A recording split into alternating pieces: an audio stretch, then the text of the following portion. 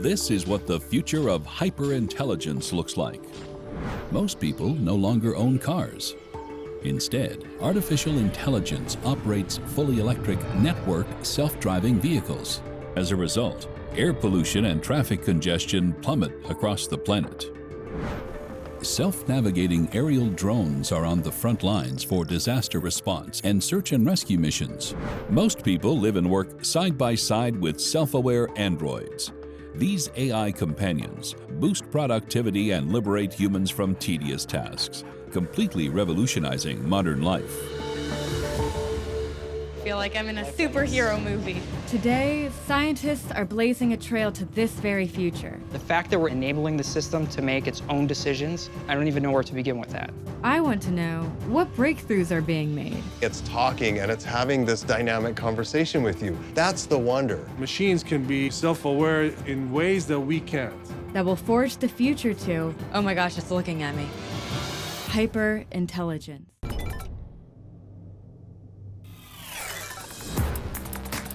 My name is Shivani Bigler. As an engineer and neuroscientist in training, I'm obsessed with artificial intelligence. As a kid, my father took me to tech and robotics trade shows, where I became dazzled by science. Every year, the inventions were smarter and smarter. Artificial intelligence has come a very long way in the last couple of years.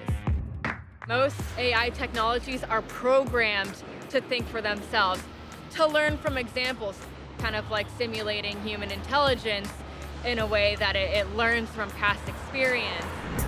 But how does AI actually work?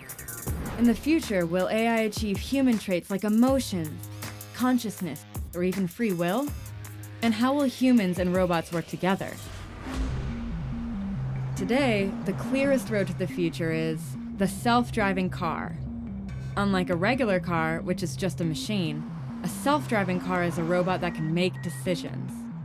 In the future, will every car on the road become driverless? To find out, I've come to a hotbed of self-driving car research, Pittsburgh, Pennsylvania. Every single person has started to have conversations about self-driving cars because essentially they're the future. But in order to understand it, we have to look under the hood. Making decisions on the fly, even simple ones like these, does not come easy for computers. To discover the inner workings, I'm meeting a true pioneer in the field. Please get it. Thank you. Dr. Raj Kumar of Carnegie Mellon University. Carnegie Mellon is the birthplace of self-driving car technology, thanks in large part to the work of Raj and his colleagues. They've been the leading innovators in this field for more than 25 years. So how does his self-driving car make decisions to safely navigate the world like a human driver? Should we get started? Yes, we can. Since Raj is distracted by our conversation, for safety reasons, the state of Pennsylvania requires another driver in the front seat to monitor the road. This is so cool. I'm nervous but excited. What's the longest you've ever driven a vehicle autonomously? We have gone hundreds of miles. Awesome. I'm going to go auto by pressing this button. Oh my gosh. It really is driving itself. While most self-driving cars are built from the ground up, Raj just bought a regular used car and hacked it with powerful onboard computer systems, making it more adaptable than other regular cars. We installed a bunch of sensors in them. It is able to shift the transmission gear. It is able to turn the steering wheel, apply the brake pedal and the gas pedal.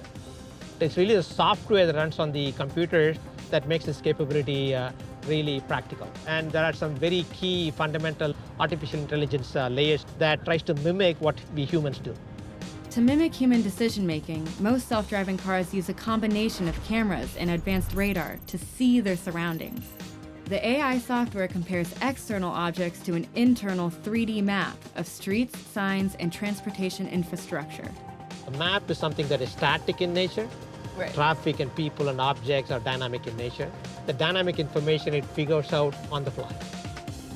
Comprehending dynamic information allows it to understand where it is heading objectively in space and react to changes and traffic signals. It recognized the stop sign. Yes. Since we are pedestrians, we definitely should not be running into that person. The AI challenge to make a vehicle drive itself is not an easy task. Safety is priority number 1 and priority number 2 and number 3 as well. But what happens when the AI system doesn't understand specific objects in its surroundings? A pedestrian in Tempe, Arizona was killed last night by a self-driving taxi. It's believed to be the first fatality caused by an autonomous vehicle. This tragic accident happened because a self-driving vehicle didn't recognize something in its environment, a jaywalker. In the future, advanced self-driving cars will have to make life and death decisions on the fly. If avoiding the jaywalker means crashing head-on with another car, potentially killing the driver, what should it choose? How will scientists address monumental problems like these? The first wave of artificially intelligent robots were programmed by engineers with static sets of rules to achieve their goals. These rules are called algorithms. But not all rules work in all situations. This approach is very inflexible, requiring new programming to accomplish even the smallest changes in any given task. A new approach called machine learning has changed everything. With machine learning, computers can absorb and use information from their interactions with the world to rewrite their own programming, becoming smarter on their own. To see machine learning in action, I'm meeting another Carnegie Mellon team at an abandoned coal mine. Dr. Matt Travers leads a group that won a challenging subterranean navigation competition held by the Department of Defense's research agency, DARPA. They're affectionately known as R1, R2, and R stands for robot. These robot twins are designed for search and rescue missions too dangerous for humans. And unlike the self-driving car, they operate without a map. To achieve this, they have to learn to identify every single object they encounter on the fly. They are programmed to go out and actually act fully autonomously. And they will be making 100% of their own decisions. So they're recognizing objects, they're making the decision of where to go next, where to explore. To see this in action, the R2 robot is starting on a simulated search and rescue mission to find a stranded human dummy in the mine. Imagine having a map of a collapsed mine before you sent a team of people to go rescue someone in that mine, right? Like, it's a game changer. How the robot discerns elements in this environment parallels how an infant learns about her environment. A 3-month-old uses her senses to cognitively map out her environment and learn to recognize her parents. She ultimately uses this map to interact with everything in her world. Just like this robot. Okay, so we ready to roll? Artificial intelligence makes this learning curve possible. But how does it create its own map and identify a human on its own? And without an internal mapping system like the internet. Test engineer Steve Willits shows me how the R2 robot can detect a stranded person. When you're in a search and rescue scenario, that's the kind of situation where you'd want to deploy one of these. As it explores and maps the cave, it drops devices called signal repeaters to create a Wi-Fi network trail. It drops those just like breadcrumbs along the path. Using this network, the robot sends data back to home base to create a map.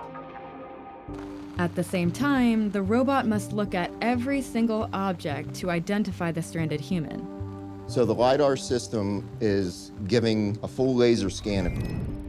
LiDAR stands for light detection and ranging. Similar to its cousin, radar, which uses radio waves, LiDAR systems send out laser pulses of light and calculates the time it takes to hit a solid object and bounce back. This process creates a 3D representation of the objects in the environment, which the onboard computer can then identify. This process is similar to how the eye feeds visual data to the brain, which then recognizes the objects by tapping into our pre-existing knowledge of what things look like. By fully understanding its environment, R2 can then make better decisions about where to go and where not to go. What our robot's doing right now is exploring. So the robot came to a junction, and off to the left, it could see that it couldn't get past. Right. So it saw the opening to the right, and that's where it went.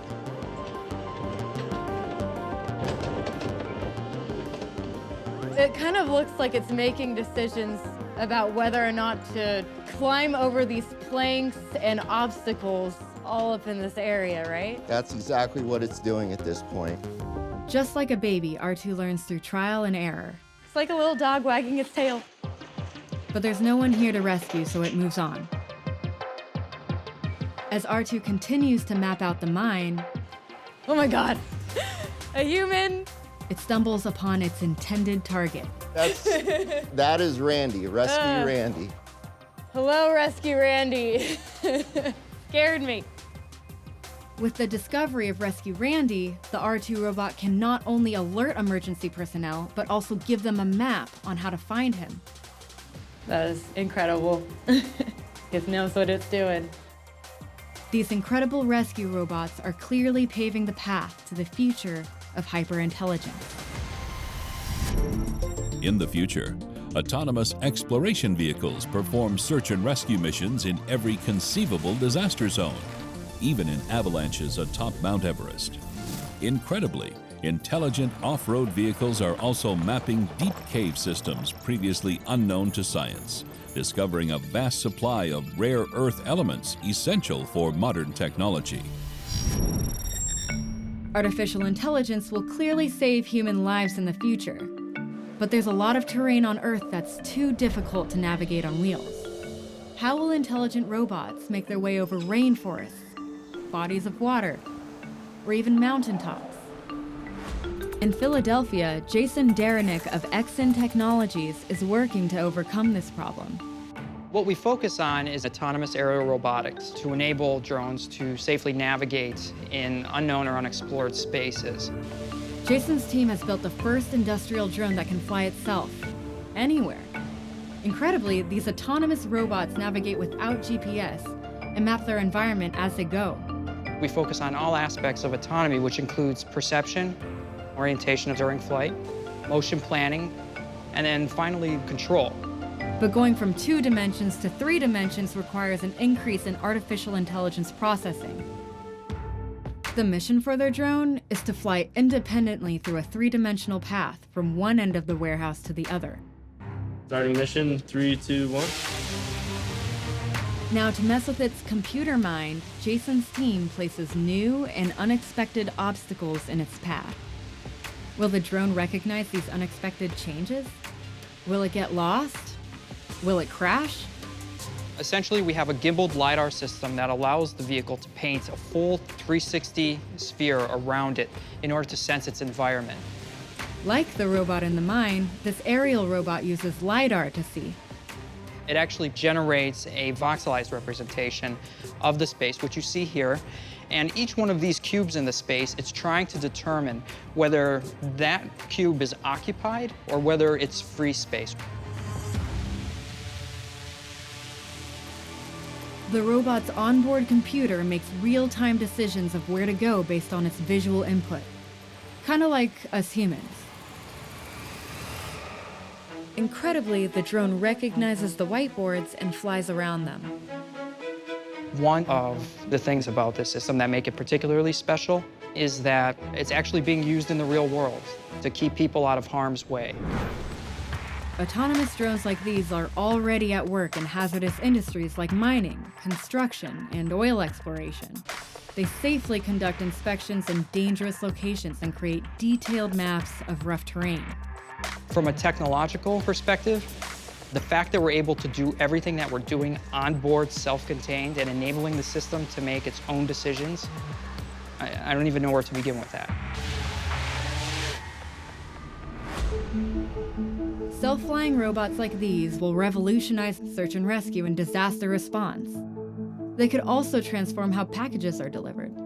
But there are limits to what large, single drones can do. More complex tasks will require teams of small, nimble, autonomous robots.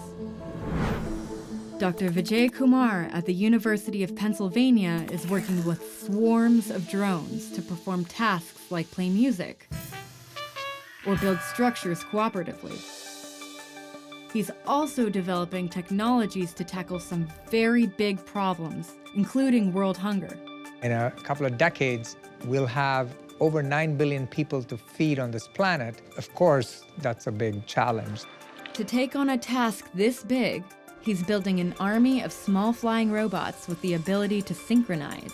We think about technologies that can be mounted on small flying robots that can then be directed in different ways, like a flock of birds reacting to a predator or a school of fish. You have coordination, collaboration, and it all happens very organically. Using AI to get robots to work as a coordinated, collective group is a daunting task. 3-5 years ago, most of our robots relied on GPS-like sensors. Today, we have the equivalent of smartphones embedded in our robots, and they sense how fast they're going by just looking at the world, integrating that with the inertial measurement unit information, and then getting an estimate of where they are in the world and how fast they're traveling.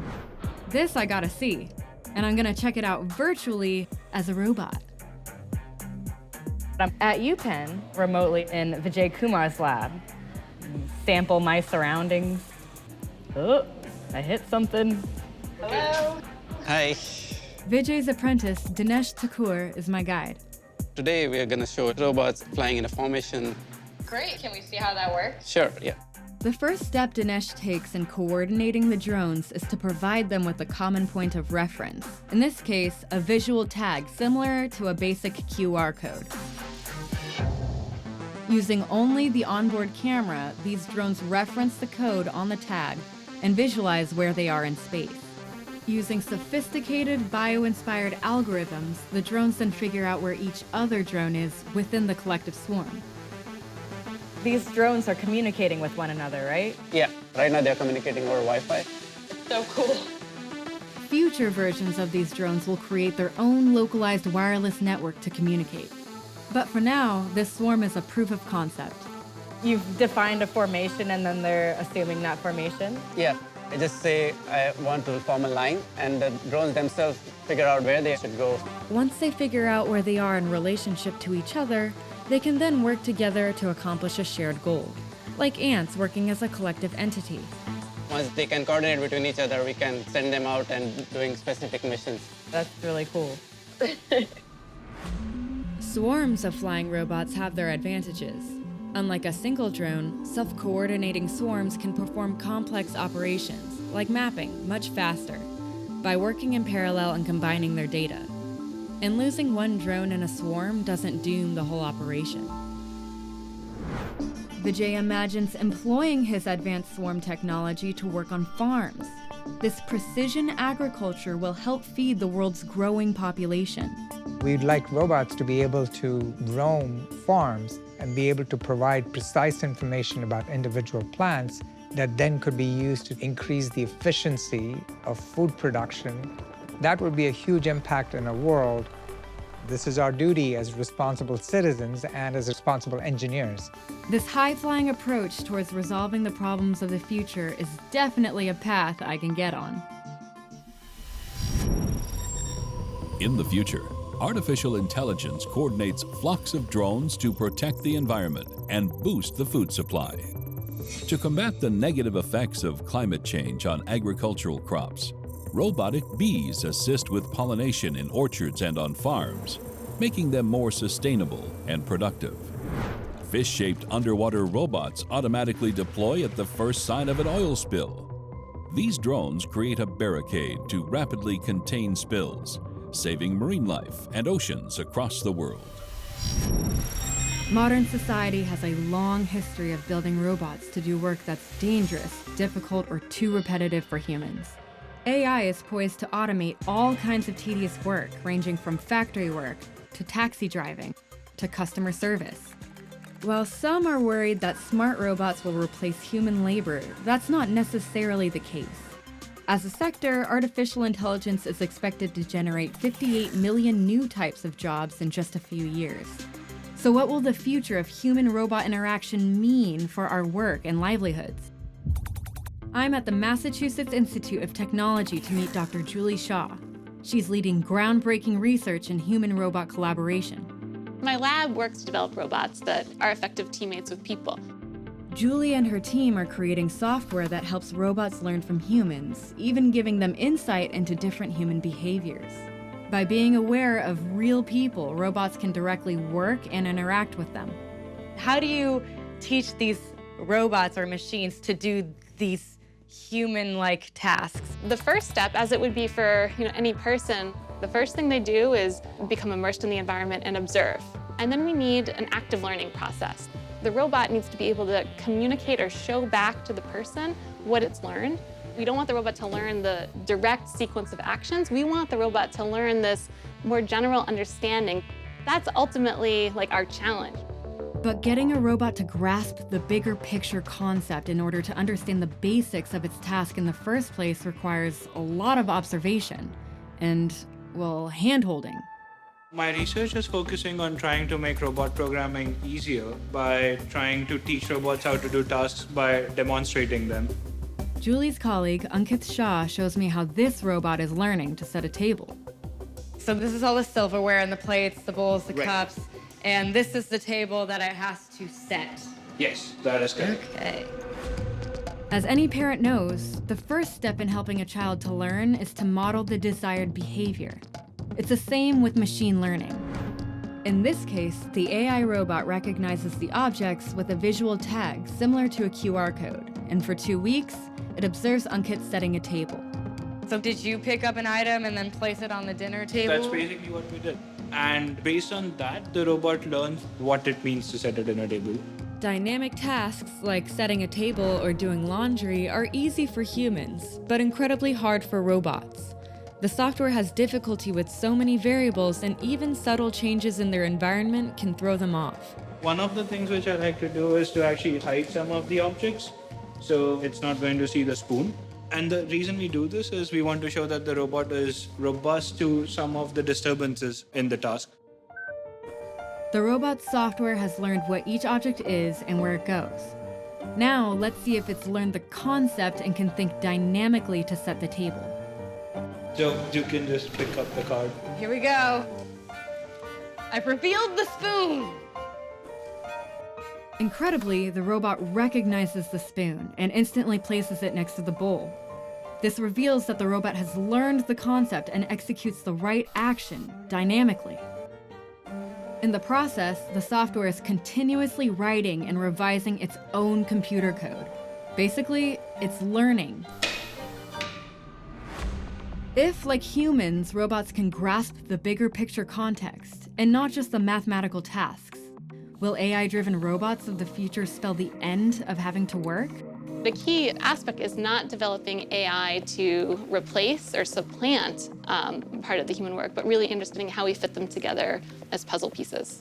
People work in teams to build cars, to build planes, and robots need to be an effective team member.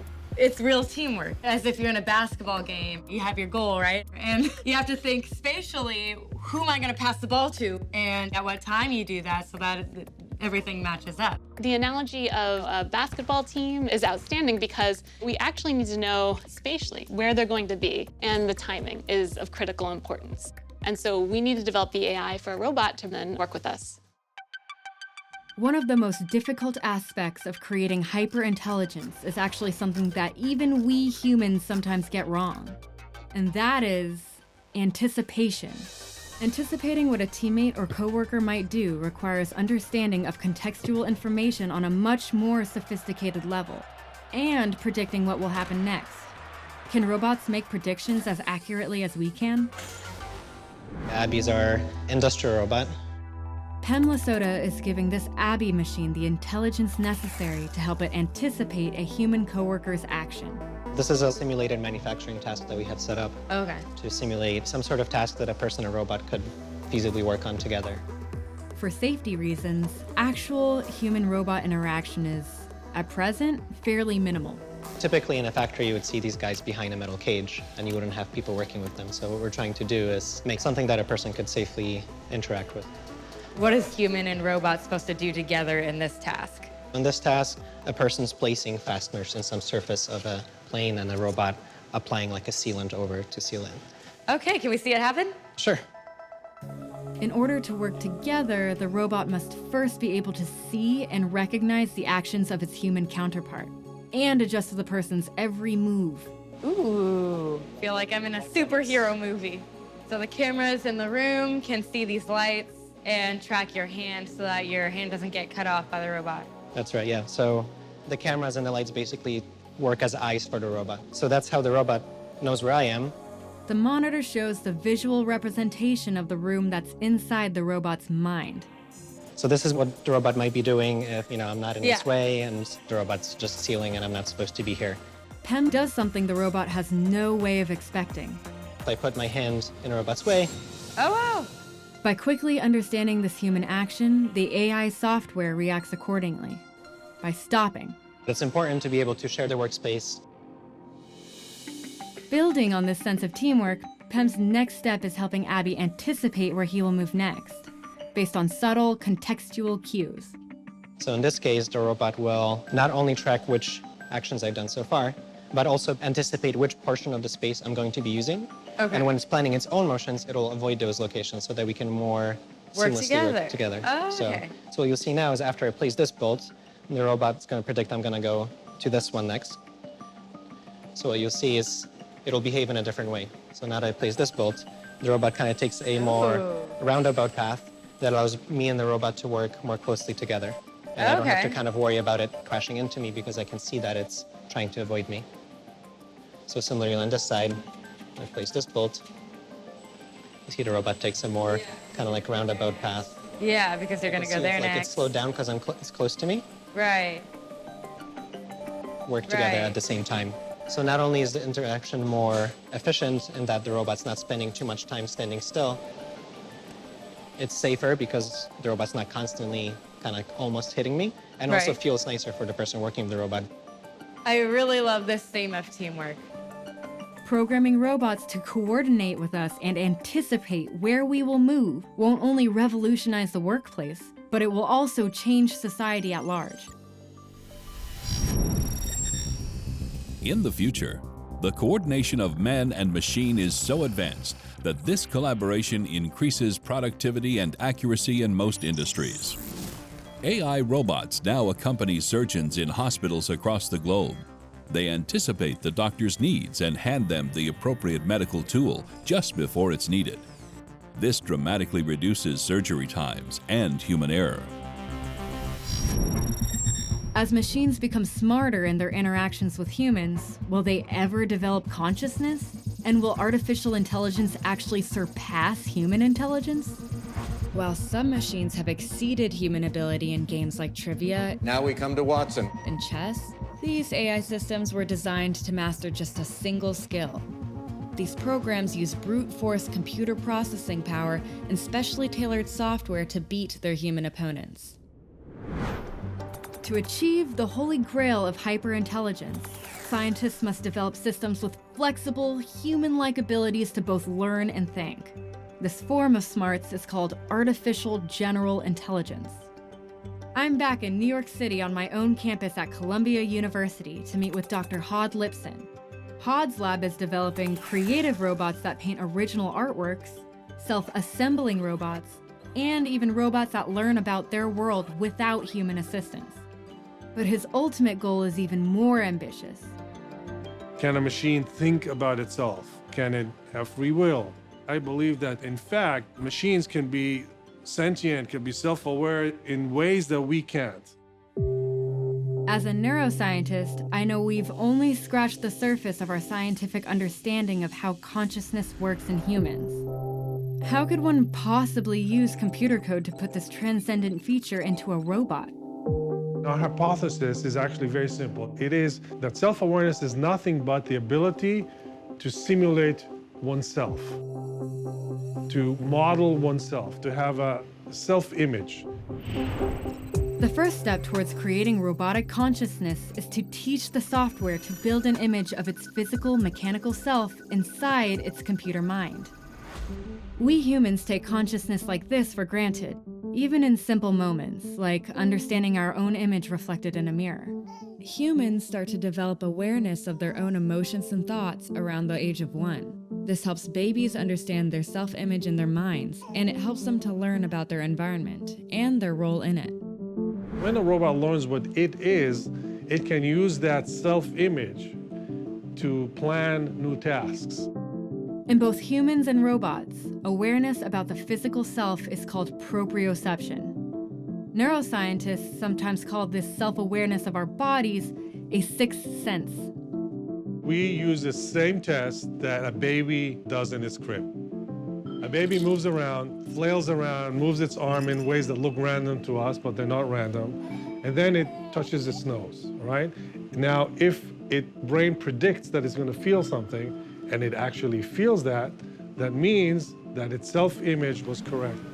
Same thing happens with a robot. If proprioception can be developed to the same level as humans, this could lead to robotic consciousness.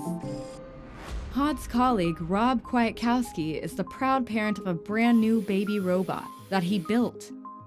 And by interacting with its surroundings, it's in the process of developing its own internal self-image. So what are these claws? So these are actually feet. They're designed for walking on carpet, but as of now, it doesn't really walk. It's still kind of a baby. It needs to learn how the world works first. What do you mean it's still kind of a baby? What does it do? Like a baby, it's sending completely random actions to each of these robot arms and really try to get an understanding of itself primarily. It looks like a spider that doesn't know how to use its legs. Yeah, I guess that's a pretty good way to put it, yeah. So it will really be learning by doing this babbling for somewhere on the order of a day to a week. It will process this data to create an informative model of itself. And from there, imagine how it would walk, and then execute that walking in the real world. These are the first baby steps towards developing its self-image. And like a baby, it will eventually learn to walk. We know this because an earlier version of this robot, using the same technique, learned to walk after 100 hours. But walking won't, by default, lead to robotic consciousness. And that's why self-awareness is so crucial. This is a robot which we've taken to calling a self-aware robot. It is self-aware pretty much in a literal sense that it is aware of itself, its locations in space, and its dynamics as to how it moves. Okay, so it kind of understands its own movements and where it is in space. How does it do that? By leveraging this technique, which has become popular in recent years, called deep learning. Deep learning is a form of artificial intelligence that, like the human brain, learns through raw data, unsupervised and without structure. Deep learning gives machines the ability to experience and process reality, like us. Rob has devised an experiment to test what this robot knows about its world. You could think of it as if you're looking at these red cotton balls. You have some idea in space as to where they are. Right. Now, if you were to close your eyes and try to pick them up and put them in this cup. So obviously it's not a trivial task. No. But it's not the most difficult task in the world because we have a good proprioception. We have this good model of yourself. You know where your arm is in space relative to other things that you see in space. But for this robot, there's a catch. So where are the cameras? So there's no camera. It's None if you were to close your eyes, you know the locations at the start, and it's picking it up and placing it completely blind. Furthermore, it was not given a map or any formal instructions. The robot simply has to feel its way through the task. All right, let's see it. Give it a shot. First, the robot learned how to use its arm through trial and error, developing a sense of proprioception. By exploring its surroundings, it generated an internal representation of the world and its place in it. The robot is using only its internal image of the external world to maneuver its arm to pick up all 9 balls and place them in the cup. I'm not sure that's something I could do with my eyes closed. Huh. It's really just based off of understanding where you are in space. Yeah, that's right. Creating AI robots that have an internal model of their world is an important step towards machine self-awareness. Self-awareness is sort of a similar proprioceptive capability, but applied to mental thinking. So if they think about thinking, they think about what they are, because once you can do that, it means you can plan things into the future. Once robots become self-aware, they will need advanced ways to communicate with humans. Keyboards and screens are inadequate for complex thoughts. Robots will need to learn to speak and have natural conversations, like a baby who listens to those around her and learns to talk. Laying the groundwork for this kind of human-machine interaction is pioneering scientist Barbara Gross of Harvard University. Her seminal work in what's called natural language processing directly led to the development of voice-activated artificial intelligence. You know, like Alexa or Siri. Natural language processing actually predates artificial intelligence and started with machine translation efforts. The ability for a computer system to carry on a spoken dialogue with a person has been a long-standing goal of artificial intelligence research from its inception. And it turns out this is a challenge because when you speak, what you say really depends on the context in which you say it. Another challenge is the meaning of words can change depending on how they are delivered. So one example is the contrast between saying, "That's fabulous," and "That's fabulous." Also, when we have a conversation, we mark paragraphs at the beginning with a rise in intonation and a fall at the end. So there's a whole way the speech signal tells you something about the context and something about the intended meaning. Barbara's early research led to methods for programming computers to understand the meaning of spoken language by using clues from a person's tone and context. So let's flash forward. The speech systems are amazing now because there are lots of recordings of people speaking that they can build their systems on. As a result, AI has gotten much better at understanding what people say. However, there is still room for improvement. The systems that do exist are pretty much focused on very narrow tasks. Let's take Siri and Alexa as examples. They're mostly oriented around a single question or a single request. And they presume that anybody will stay within the range of behavior that the designers imagined. So, researchers are turning to machine learning. By training AI with hours and hours of human conversation, they can learn to better understand the context of how humans converse. Future versions of this technology will allow us to have natural conversations with our computers. One of the things that's amazing to me is that the fields have succeeded so well that there are devices out in the world that people use every day. I never dreamed that would be the case in my lifetime. Hyper-intelligent natural language AI will change the way we interact with our computers and robots. But this advanced technology will never reach its full potential as human companions until it looks convincingly like us. I'm in Los Angeles to meet Hao Li. His company Pinscreen is giving AI a human face. They're developing cutting-edge techniques to create hyper-realistic digital avatars in an instant. One of the hardest things to bring to the virtual world are humans, right? And specifically faces. To create believable faces, Hao is relying on complex AI algorithms. It's an artificial intelligence that actually digitizes yourself into the computer by just looking at a single image or partial information. And it's not just a 3D model, a static one, but it's one that can also be animated and brought to life. Other methods of generating lifelike avatars need to capture multiple angles of a face in motion, and they can take hours to render, but not Pinscreen's technology. I can show you real quick how this works. Do you want to see? Yeah. Incredibly, his software also allows him to superimpose any face he wants in real time. So if I do this blue face is basically a face tracker. So in real time, it's actually modeling my face in 3D. So if I move around my face, the blue mask is basically a three-dimensional representation of my face. Wow. It's kind of like a green screen. Sort of like, right? Like a Hollywood CGI film, the computer dynamically models Hao's face and tracks his movement on the fly. Click on him, turn myself into Putin. Wow. Right? And it's basically generating the whole thing in real time right now. Oh my gosh. I feel like Putin's talking to me right now. Political leaders aren't the only thing Hao can generate. You're gonna be Tom Cruise. This is Audrey Hepburn. Oh wow. Look at you. You're so pretty. It's generating all the pixels in real time.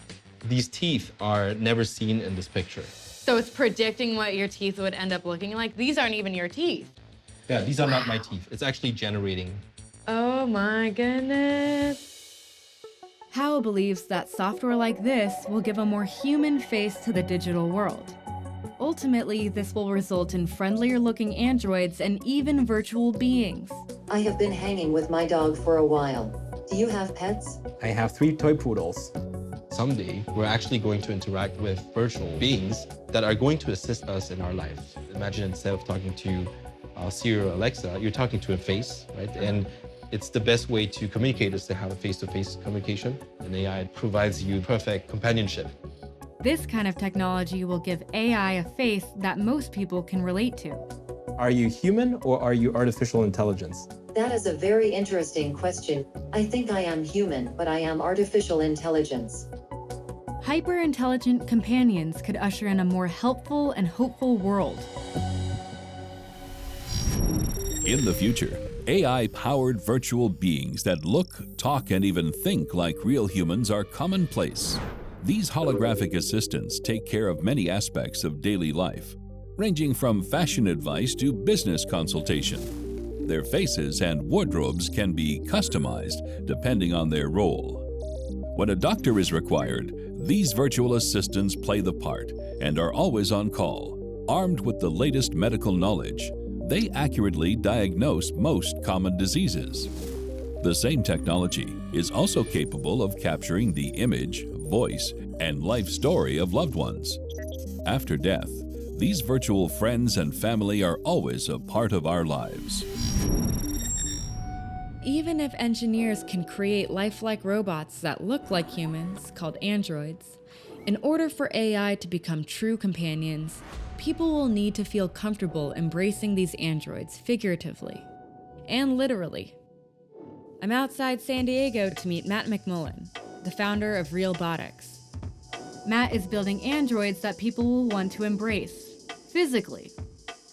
The goal is to create not only a robot, but an AI that are both appealing enough that someone would feel like they were actually getting to know someone, not something.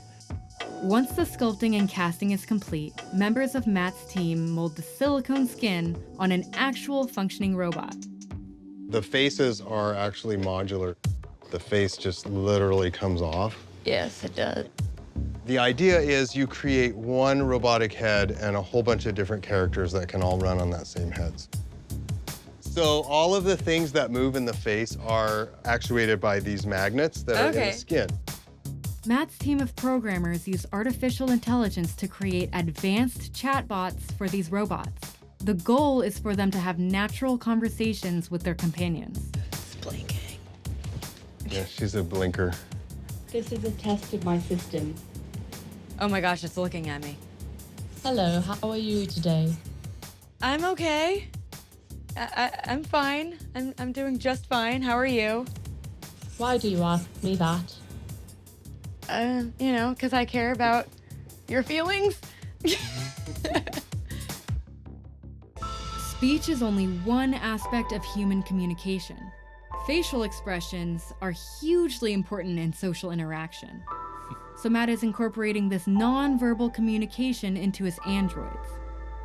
The vision system that we're working on, she'll be able to look at you and detect your emotion by the expression on your face, by the temperature of your skin, and all these other things. Communication verbally and non-verbally, or is key, right? Yes, exactly. It looks remarkable. It's moving, it's talking, and it's having this dynamic conversation with you. That's the wonder.